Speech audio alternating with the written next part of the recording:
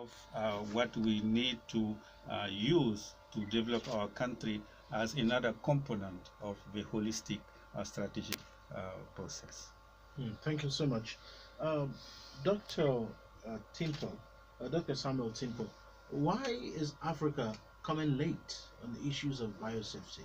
Because I understand that in other parts of the world, they seem to have taken off as even faster than Usain Bolt in these issues. Why are we coming late? And are we doing anything to really catch up?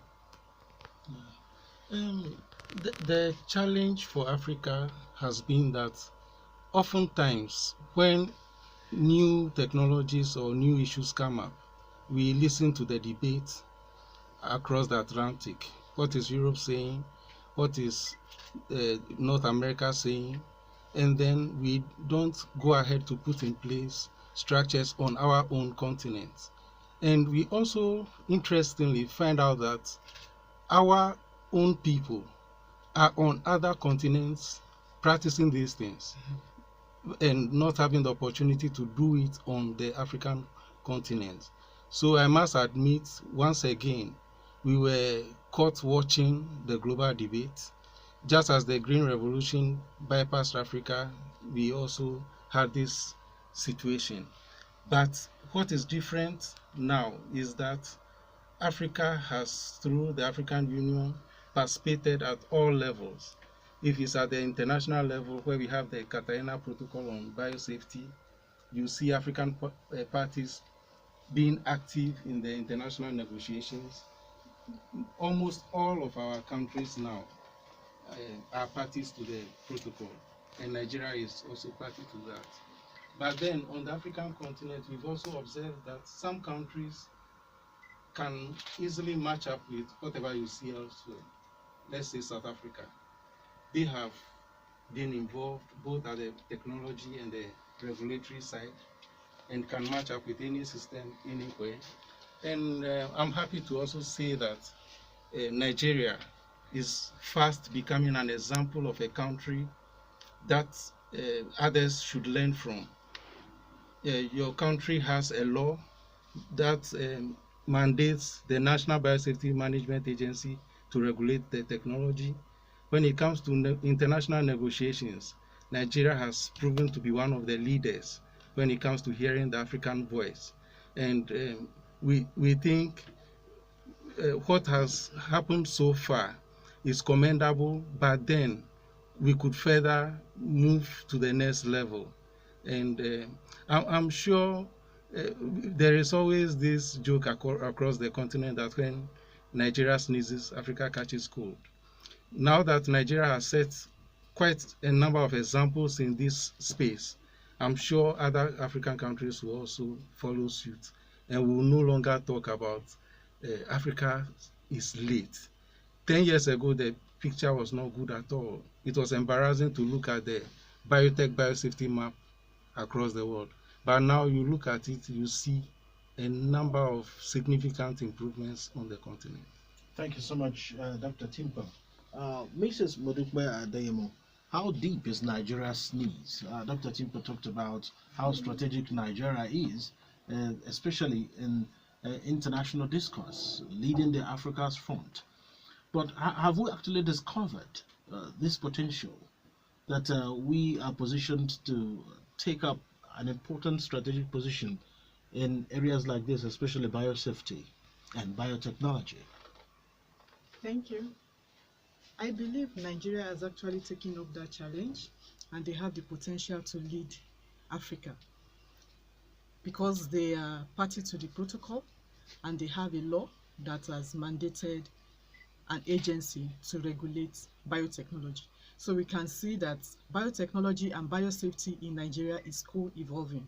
It's not only about development of the technology, but the technology is well regulated to ensure that the safety is assured for the environment, for human, and also for animal. So once Nigeria is able to get it right, which we can see because the agency is actually functional, is putting a lot of things in place like regulations and guidelines to ensure that these things are done well, the implementation is done well.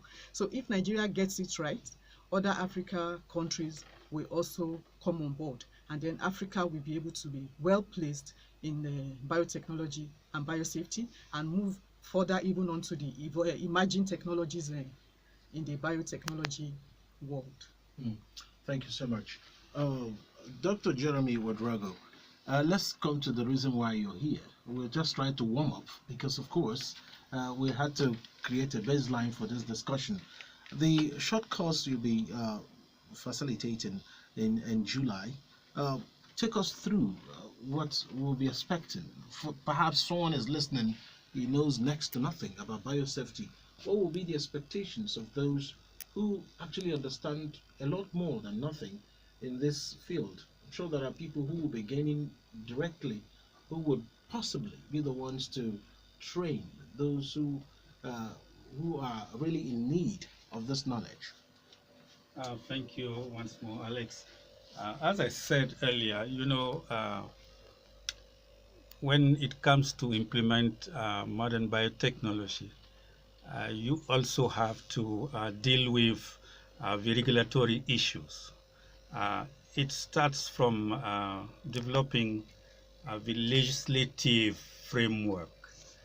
It comes with a law to be put in place.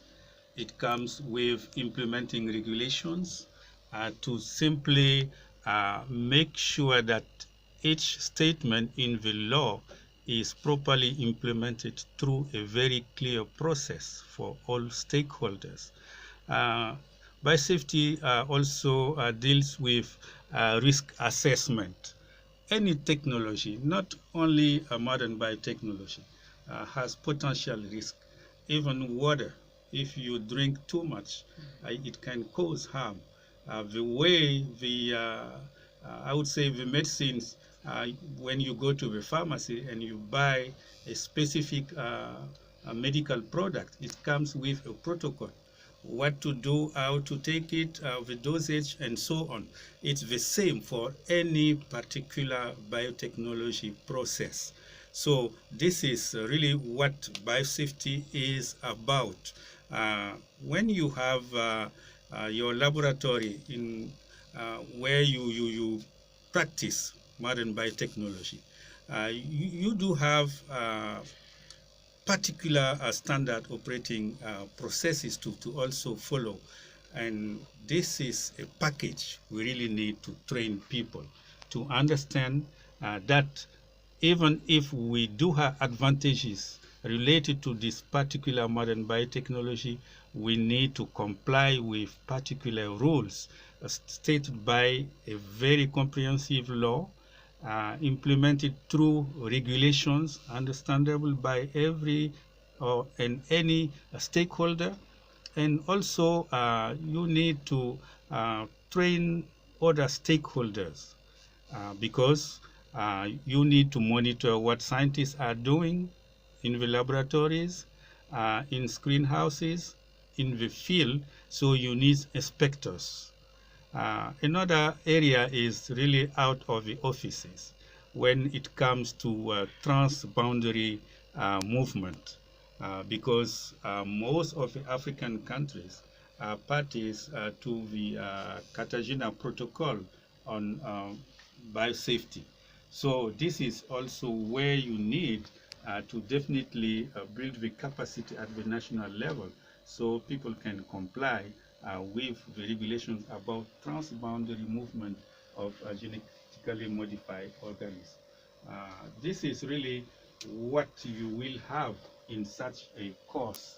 And I'm really happy the Godfrey Okoye University is partnering with the African Union NEPAD program because what we really expect is for the young people to be trained here, and also for this particular Nigerian university to take the lead in terms of providing high quality, let's say, program to the African regulators and students. I really hope that in July we will start the process and it will last for many years for the benefit for the African young people. Thank you so much. Of course, the Vice Chancellor of Godfrey Okoye University is here.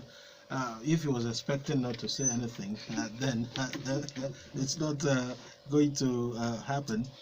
Prof, take us through the commitment of Godfrey Okoye University and issues like this.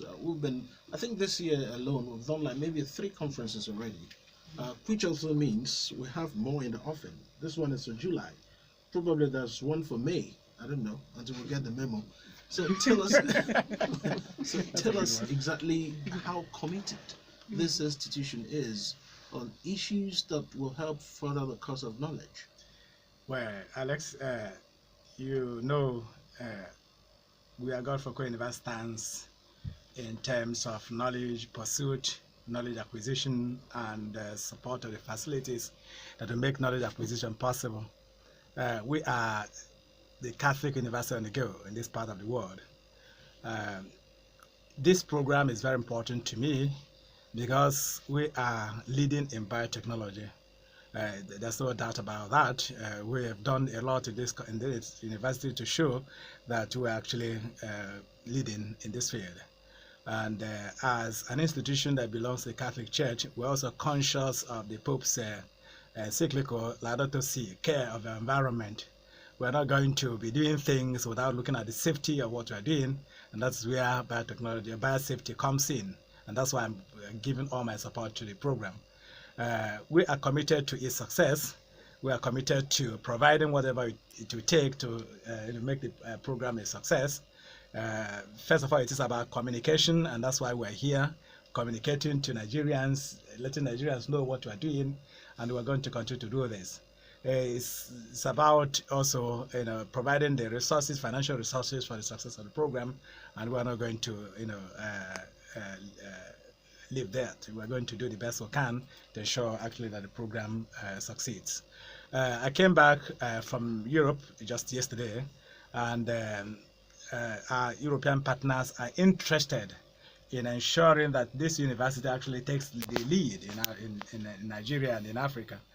We are talking about a very huge industrial park now at the main campus of the university, a park that will provide not only employment